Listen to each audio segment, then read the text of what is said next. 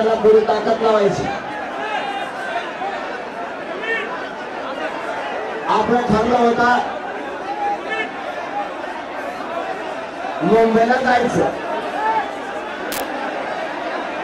आणि आम्हाला उपोषण सुद्धा आझाद मैदानावरच करायचं. त्याप्रमाणे आपण आज आझाद मैदानावरती आलोय आणि आम्हाला उपोषण सुरू केलं. आता तुमची काय जबाबदारी?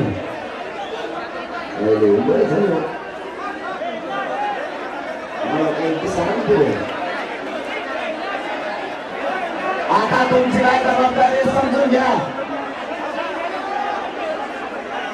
सरकार आपल्याला सहकार्य करणार नव्हतं म्हणून मराठा समाज म्हणला होता हे बरं आहे वरची बाई बघा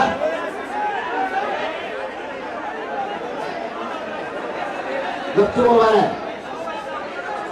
सरकार आपला ऐकत नव्हतं, आपल्याला सहकार्य करत नव्हतं म्हणून करोडो मराठ्यांनी घराघरातून ठरवलं होतं मुंबईला जायचं आणि मुंबई जाम करायची.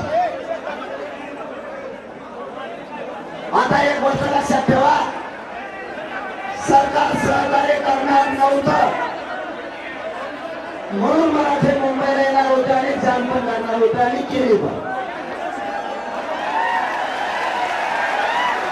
आता आपल्याला सरकारनं सहकार्य केलंय.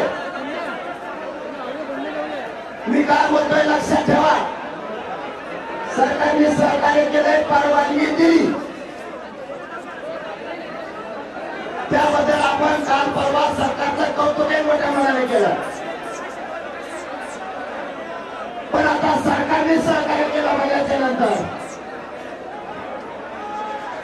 आता तुम्हाला पण सहकार्य करायचं. पोलीस बांधव आणि सरकार जिथे पार्किंगची व्यवस्था करत त्या ठिकाणी सगळ्यांनी स्वतःहून गाड्या नेऊन लावायच्या. मला उपोषणाला बसायचं, त्यामुळं तुमच्यावर मुंबईकर नाराज झालाय किंवा पोलीस बांधव नाराज झाला असा एकही शब्द माझ्या कानापर्यंत ऐकायला नाही आला पाहिजे. ही जबाबदारी तुमच्यावर घेतली का जबाबदारी? परत एक सांगतो, पुढे जाळपोळ दगडफेक करायची नाही. जबाबदारी सगळ्यांनी घेतली का? याच्या पुढचा तिसरा मुद्दा सांगतो.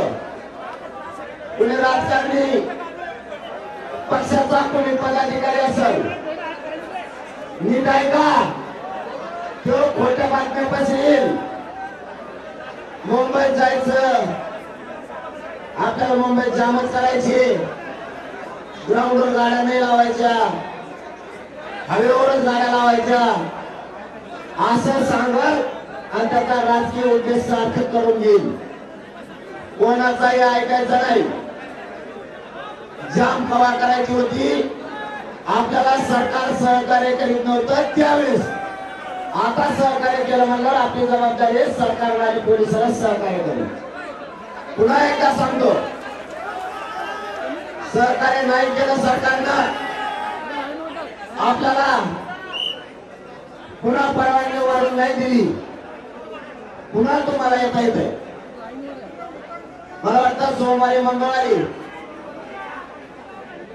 महाराष्ट्रातल्या सरकारनं सहकार्य नाही केल्यावर पुन्हा मराठी करोडोच्या संख्येनं मुंबईकडे येणार आपल्या टप्प्यानुसार.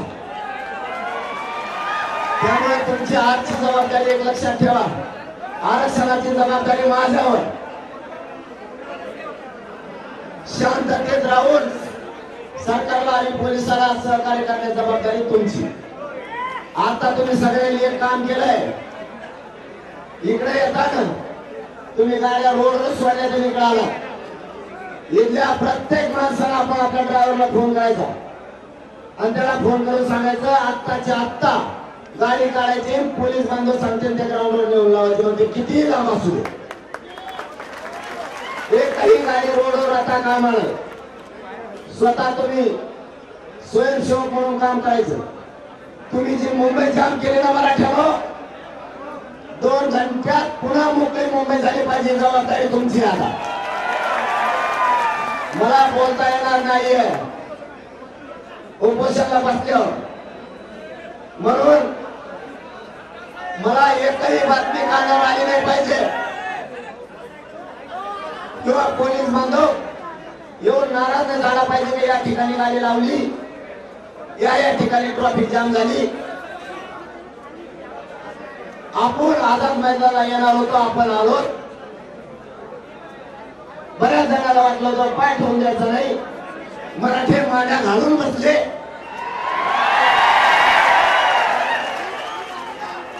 त्याच्यामुळं सरकार पुढचंही सहकार्य आपल्याला परवानगीचं देईल, मान्य न्यायदेवता देईल. सरकारच्या हातात परवानगी देणं, सरकारकडे आपण अर्ज केलाय, वाटल्यास पुन्हा आता थोड्या वेळाने आणखी अर्ज आपण करू. जोपर्यंत मागण्याची अंमलबजावणी होत नाही तोपर्यंत हे आंदोलन कायम सुरू राहील, अशी बेमुदत आपण परवानगी त्यांना मागू. 100% खात्री आहे सरकारनं तुम्हाला सन्मानानं मुंबईत आणलं, पोलीस बांधवांनी मराठ्याला सन्मानानं मुंबईत आणलं. तसं सरकार परवानगी देऊन आणि मराठ्याच्या मागण्याची अंमलबजावणी करून सन्मान मराठ्यांना देईल. आणि हेच करोडो मराठी मुख्यमंत्र्यांच्या आणि सरकारच्या डोक्यावर विजयाचा गुलाल टाकून महाराष्ट्रात जातील. आमची सरकारला एकच विनंती आहे, मराठा आणि कुणबी ची अंमलबजावणी करा. हैदराबादचं गॅझेट लागू करून त्याची अंमलबजावणी करा. सातारा संस्थांचं गॅझेट सुद्धा लागू करून त्याची अंमलबजावणी सुद्धा आम्हाला तात्काळ पाहिजे. ज्या केसेस पासून बलिदान गेलेल्या कुटुंबाच्या मागण्या, या सगळ्या मागण्याच्या अंमलबजावणी होत मी मुंबई सोडणार नाही, ही मराठ्यांना शब्द देतो. आताही मला सरकारनं गोळ्या जरी घातल्या तरी मी बलिदान द्यायला तयार आहे, पण मागं हटायला तयार नाही, हा शब्द आहे माझा तुला. मी या समाजासाठी मैदानात येऊ, वीर मरण पत्करायला तयार आहे, पण हटायला तयार नाहीये. तुमची फक्त जबाबदारी तुम्ही पार पाडायची. माझ्या मराठ्याचे मान खाली होईल असं एक काही इथले आंदोलक मराठ्याने वागायचं नाही. मोठं आपल्याला आपल्या जातीला करायचं, मोठं आपल्या लेकरा बाळाला आपल्याला करायचं. एखादा राजकीय कार्यकर्ता येऊन हट्ट धरील मला तिकडेच गाडी न्यायची, सरकारने सहकार्य नाही केल्यावर मग तो हट्ट असतो आम्हाला तिकडेच जायचं. सरकार सहकार्य करताय तर मग आपणही सहकार्य करायचं. दारू कुणी प्यायची नाही, दारू पिऊन गाड्या कुंकड घालू नका. माझ्या कानावर वाईट गोष्ट आली नाही पाहिजे. पुन्हा तो शब्द वापरतोय, माझ्या समाजाला खाली मान घालायला लागण्याचं एक पाऊल उचलायचं नाही. मराठ्यांना विजय दिल्याशिवाय आणि डोक्यावर गुलाल टाकल्याशिवाय इथून हलायचं सुद्धा नाही. पण मराठ्यांची मान खाली होईल असं एकही पाऊल मराठ्याच्या पोराने उचलायचं नाही.